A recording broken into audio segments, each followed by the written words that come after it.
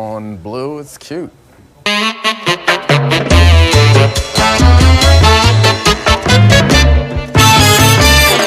Welcome again to Highly Questionable. This rusty brown jacketed person is Dominique Foxworth. He used to play in the NFL. Now he just gasbags on television. What do you like to gasbag about today, Dominique? Well, a former NBA player who is famous for pooping in shoes is now pooping on Hall of Famers. All right. Exciting, Papi. right? Mm-hmm. Would Kemba Walker make the Celtics the favorites in the East? Is that all? Is that all you got, Celtics? For all of those assets, you're going to get all-star Kemba Walker that feels like settling all over the place because that team, in order to be a favorite, needs Brown and Tatum to be better than Kemba Walker. Now, he might help them become that, but when Isaiah Thomas was leading that team, it was about playing like Kemba Walker likes to play. This team will only be as good as the improvement of its two young players. He can help, but I think a center would help their improvement even more than he would. Yeah, I think they could be the favorites in the East, but it won't be because they added Kemba Walker, unless his locker room presence is such that it can develop those wings like you were talking about. And you left out another name. Gordon Hayward, it's possible that his 2-year recovery from the catastrophic injury that he had. So if you can get Gordon Hayward at his peak, you can get Tatum and Brown to play like the all-stars that they should be, and maybe Kemba Walker can play the 5, then they'd be the favorites. Well, the Celtic players are going to be very happy about this for one reason. He is not Kyrie. That's right. That's good enough. Good enough. That's right. That's all it needs to be. Not Kyrie. Who should be more offended by Ernest Kanter's comment, Zion or Julius Randle? All right, it's Zion, and it's also not Ernest Kanter. Ernest Kanter is somebody totally different. Let's check in with the Colin Cowherd Show, but don't do that too much. There's a better radio show out there hosted by me every day in the same time slot. But here we go with Enes Kanter, not Ernest, saying that Zion Williamson is overhyped. So I heard a terrible thing. I love Zion Williamson. Okay. He can pass. He's big. He's strong. I think he's got a magnetism. Okay. You think he's overrated? Magnetism. Just say it. You can say it. Okay. Just say I it. kind of feel like he's overhyped. I feel like he's Julius Randle with hops. He's Julius Randle with. That's how I believe. By the way, you're not the first person who said that. Yes. Oh, well, some players are even like scared to say it, but you know me. You know, I'm not scared to say anything. So Julius Randle, but more vertical. Well, yes. There you go. That's exactly what How would you defend him? Oh, well, I would just defend. I would just let him shoot. Yeah, I mean, Enes Kanter is definitely not afraid to say anything. He's been in a dispute with his home government of Turkey for quite some time. So I can understand that he's not afraid to say anything, but he also has said something that's really dumb and quite insulting, I think, to Julius Randle, if anybody, because you're saying that he's overhyped, and then you compare him to a guy like Julius Randle who went 20-10 in the NBA last year. So it's really disrespectful to Julius Randle, and he's taking a shot at Zion Williamson, who no one in the world knows Enes Kanter's name except for us. Zion Williams is already better than Enes Kanter without even playing a game in the NBA. Okay, but Julius Randle with hops sounds amazing. It sounds like somebody I would take with the first pick in the draft because Julius Randle shot 52% last year and was really good and pointed out that he went for 45 on Kanter. Now, that is not much of an accomplishment because most people go for 45 on Kanter, and his defense is usually what he just said there. I just let him shoot. But he didn't actually score those 45 on Enes Kanter. So Julius Randle, I understand why he was insulted by this. But his analysis seems like the same analysis that you would get from someone who doesn't know anything about basketball. Some gasbag analyst who sits behind a desk, not someone who actually plays in the game and understands that his ability to affect the game on defense, his ability to handle the ball and pass are things that laymen may not pick up, but you would expect that an NBA veteran would be able to watch this and say, no, this is special. This is more than just Julius Randle with hops. This is LeBron-esque, dare I say? Well, he's a lot like LeBron, right?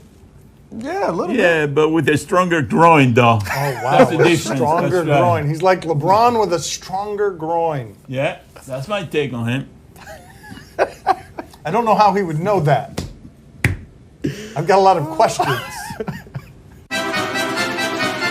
He's signing Boogie Cousins to a one-year deal, a good backup plan for the Knicks. Free agency has not yet started, and we're already talking about the embarrassing backup plans for the Knicks that allow us to again laugh at the Knicks, because it's looking increasingly probable that if New York does get the free agents, it's going to be Brooklyn, and then the Knicks are going to be stuck in one of these one-year scenarios where they're giving Boogie Cousins a whole bunch of money. I think what has to happen here for all of us, the mecca of basketball, as they tell us, has to be a laughingstock again, and the Knicks have to spend another decade of irrelevance doing things like this. The sad part about this is they did land a good pick, Porzingis, and they could be pairing up Porzingis with R.J. Barrett right now and building for the future. But no, they sent Porzingis packing because they were creating cap space so they could bring in the big free agent signing that we all thought was going to change their franchise, a one-year deal with Boogie Cousins. No, it's not a good backup plan. It's panic, it's sad, it's disappointing, it's desperate. I don't even like the Knicks, and I'm disappointed. It should come with a laugh track. Well, this is a great idea for the Knicks. If they want to tank.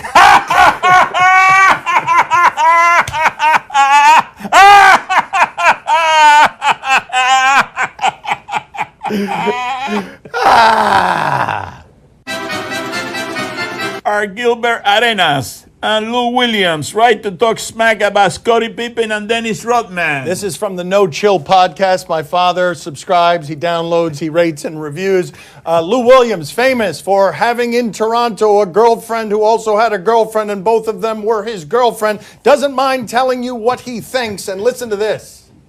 I'm starting to hate everyone in the 90s that played basketball, that whole group, because they just think they don't stink. Right. Like, you got, Scottie Pippen and Dennis Rodman, both 6'7", both weigh 210. Talking about they're going to stop somebody in today's game. Like, Nah.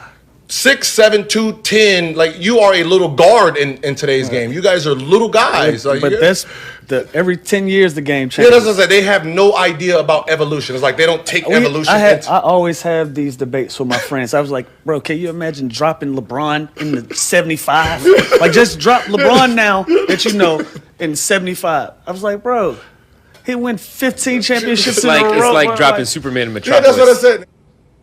Today's athletes are bigger, stronger, and faster across the board. Kevin Durant, someone who played like him, did not exist back in the day of Pippen and Rodman. Those guys are partially right that these guys would have had trouble in today's game. But at that size, Dennis Rodman's the most amazing rebounder I have ever seen. He managed to do that in a league of tall people. I think Dennis Rodman could probably guard just about anyone, the same way Kawhi can guard just about anyone.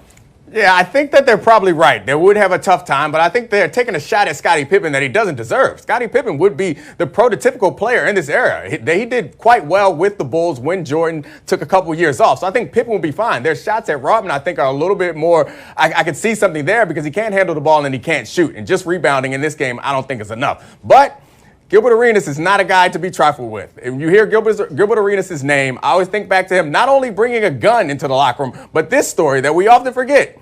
Andre Blatt's shoes were defecated in, and I believe it was from one and only Gilbert Arenas. I believe that's been reported and We don't proven. talk about it enough. Well, because the gun in the locker room tends But the to take poop in the shoe. precedent. No. Dookie and shoes higher than gun in the locker room.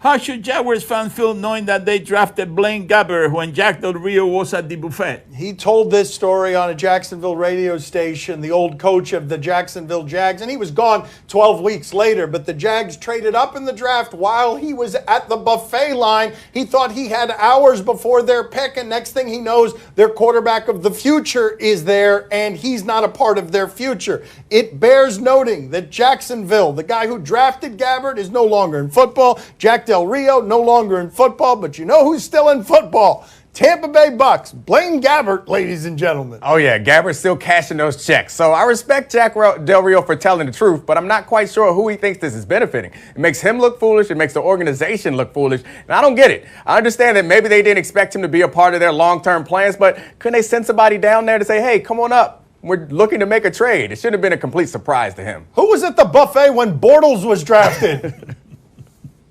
Do you know where Jack was in the second round?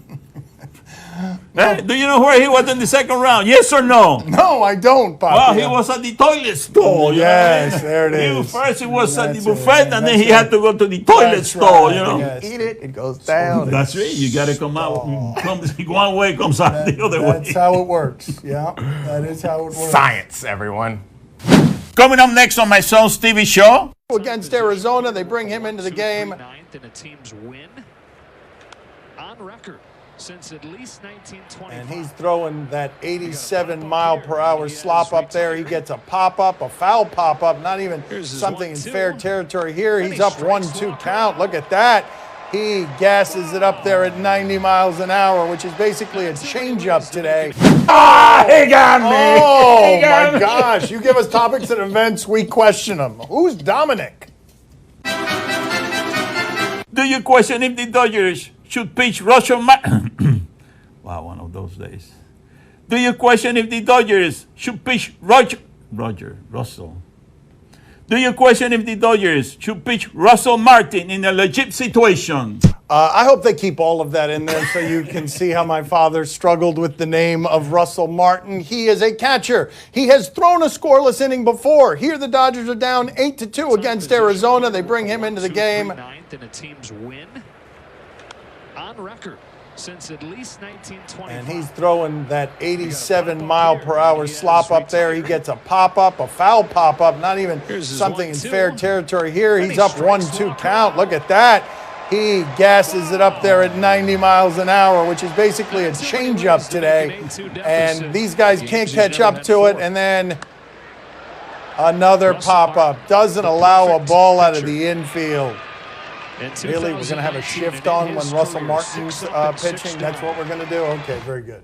I mean, I guess there is something to be learned about pitching from being a catcher. But isn't that an insult to all pitchers ever that we could just take a guy who's never pitched before, throw him out there? Anyone can get lucky, get a few outs, but now all of a sudden we want to give him some real situation pitches? Like, that seems disrespectful to all of them. No, that's a contrivance, though. The producers of this show formed a question around a video we simply wanted to show you of a catcher pitching because it was cute. Oops. You know, he should pitch in the playoff instead of Kershaw. Oh, wow. My father went to the choking sound very early there. Caught me off guard. Those guys and the guys in MLS. Because you know who you don't see doing that? Anybody else on the entire pitch. Let's watch this goalie's effort, by the way, because the goalie shows off a good deal of athleticism, just not enough to deal with this nonsense. Like, he's going back. He's trying his best. His head's practically hitting the pole. Wayne Rooney, by the way, I have to salute him. That hair doesn't look fake at all. He was bald, he did transplants, and he looks good. Even better when he does that. Wow, that was a long goal, but I have seen longer. No, you have not. Oh, yeah. No, you have not. That's right. Look at that. Bang. Oh, he has seen longer. Look at that. Look You know at what? that. I do blame that goalie, though. I blame that goalie. Come on, you got to be expecting that. Where is that? On a muddy field and Republica TV with 2 B's. Do you question where number 11 went wrong in coverage? Okay, number 11 is wearing an orange shirt. We thankfully have someone who's an expert on being wrong in coverage. Right here, former cornerback Dominique Foxworth. Let's see if he can analyze this for us. Number 11 in orange. Oh. He had him sort of cornered. And then Darren Ravel goes down. Yeah, I think he went wrong when he woke up this morning and put on his jersey and decided that he was a football player, because he is clearly not. Yes. When he covered the top half of his body with that uniform, that's when he went wrong in coverage. Oh, do you know what that reminds me of? What's that, Papi? Oh, he's throwing it to video. All right. Oh, yes. That is what it reminds me of. We all knew it was coming. Look, there are 2 athletes in that photo, and also our friend Dominique Foxworth is on the ground there. There are none of you in that photo, because you guys aren't good enough at anything. You don't to know get there. that wasn't me as the referee sprinting out ahead of the play? You don't know that. I've seen you run. Your face was in the ground. You didn't see anything. Tomorrow afternoon on Fox, the World Cup, USA and France. 2 best teams in the world here, Papi. Now, unfortunately, we're a tiny little show that doesn't have a budget to have the rights to actual good soccer footage that you would want to watch to preview this game. So let's give you some of the bad, cheap stuff we've got. Yes. Right. Yes. There it is. Oh, wait a minute. Really? The second one is just a dog pooping. There it is. There it is. Yes. Listen. There it is. This is excellent. No. This is everything you need right here. Is that a prison? Oh, there it is. Oh. There it is. Made the save on Tim Legler. Dominique, are you intrigued? I am very intrigued. It's going to be a few of the very best women in the world, including Renan, 6'4", midfielder for France. It's going to be a fun game. The French national team is awesome, but not better than the USA. You don't know that yet. Papi, are you intrigued? Oh, see, I'm very intrigued. Are you kidding me? France against the USA. What a hell of a game. I tell you one thing, after tomorrow's game, the French will be toast. Yes. Get it? Get it? Look at that. French toast. They're going to get fried. French toast, you right. got it. They're going to get fried. What? After tomorrow's game, you're going to be fries. delicious. French toast. Tonight in the Canadian Football League, Thursday Night Football, the Edmonton Eskimos against the Winnipeg Blue Bombers. Football. Let's check in with Grey Cup winner Trevor Harris. This guy's workout, what's it like? When it comes to my training, I'm viciously serious. To the point where if my headphones are dead, I still wear them anyway so that people don't talk to me in the gym. So I was reading Kobe Bryant's book, The Mamba Mentality. There was a page in there he talked about how he did tap dancing in the off-season. You know, he's saying how it helped his footwork and ankle mobility and that kind of thing. And I just said, you know what, I've got this resource right here with my mom. Keep those heads up. Good job. Hips are twisted nice. Yeah! Dominique, are you intrigued? I am intrigued by football, but Kobe Bryant gets such a bad rap. Everyone talks about how the Mamba mentality is about being a ball hawk and taking bad shots, but this is about dancing, which is beautiful. It's also about tap dancing. Papi, are you intrigued? Oh, see, I'm very intrigued. I tell you one thing, it's the first game in Winnipeg this season, you know, and I know that the fans are going to be thirsty. Oh, what happened? Oh, there we go. This guy. Oh, there we This go. guy. Oh, there it There is. you are. I think there's some guys. This weekend in Florida, Gods of Speed. Oh, this is Ted Ginn Jr. has said he's the fastest guy in the league. And Chad Johnson, what is his name in Spanish, Papi? His Spanish nickname, Chad Johnson. Chad Johnson. Forgot. Oh, wait a second. Forgot his name. His nickname. Ocho Cinco. Ocho Cinco. Oh, he got it. He got it with no help whatsoever. Let's check Mine in like with a steel Chad trap. Johnson. Chad Johnson hosting speed events. Everybody around the world knows that speed is king. It's always talk about who's the fastest football player. Well, who is it? Coming this summer in Miami, some of the fastest football players on earth. Gods of Speed. When the